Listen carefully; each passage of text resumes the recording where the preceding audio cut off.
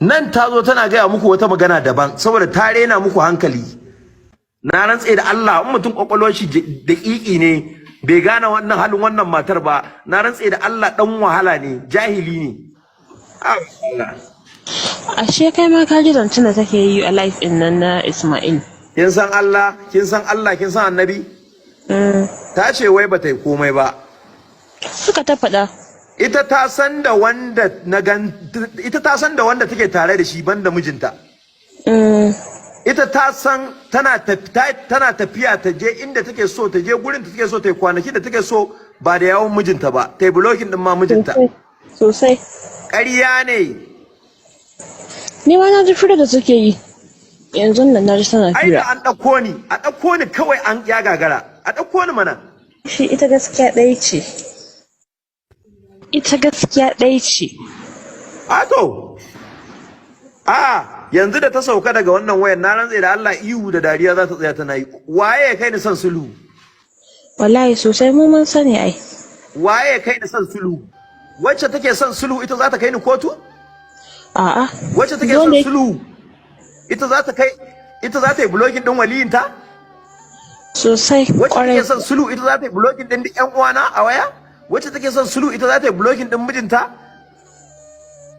Ba ma magana son sulhu ba, as in she trying to tana so ta confuse mutane. Assalamu alaikum al'ummar duniya. Sunana Sharif Kolomi, shugaban cibiyar bada magani ta Nurul Shabab. Nurul Shabab mun kure wajen bada sahihin magani cutar HIV. Ina masu fama da cutar HIV wanda ko shekaru nawa ne yayi a jikin mutum. Muna bada maganin sa kuma ana samun waraka cikin wata ɗaya da yardan Allah.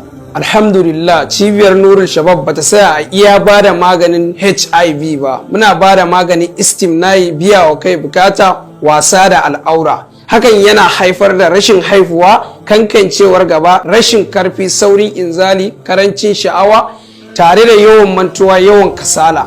Matsalar ciwon koda, hawan jini, hepatitis A, B, C, matsalar diabetes, type 1, type 2 duk muna bada maganinsa cikin ikon Allah ana samun waraka. Muna bada sahihin maganin sanyi infection gonorrhea, sanyi mai fitar da farin ruwa, kankancewar gaba, daukewar sha'awa, sanyi na mata, ciwon mara, rashin haihuwa.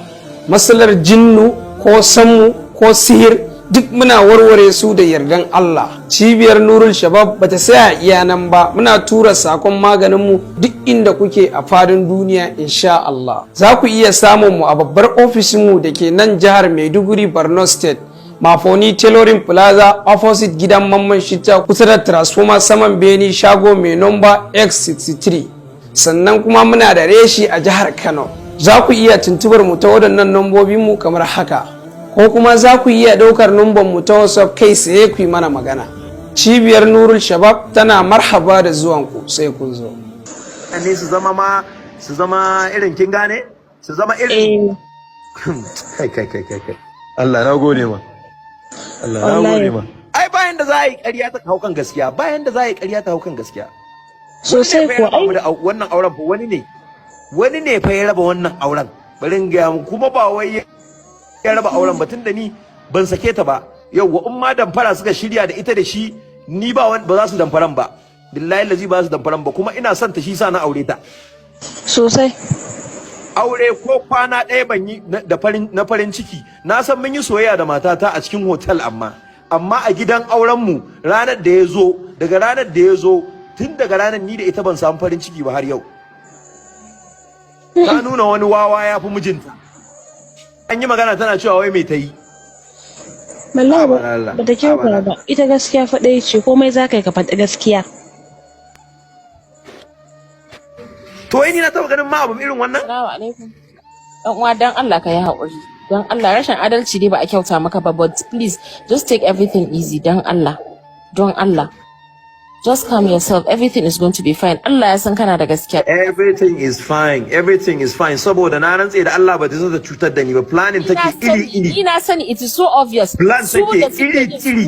Su da suka kawo magana gaskiya da didn't do the ba su justice to maganganun nan ba, because it is so glaring da kowa ya sani. In har kina da gaskiya, allow him to talk.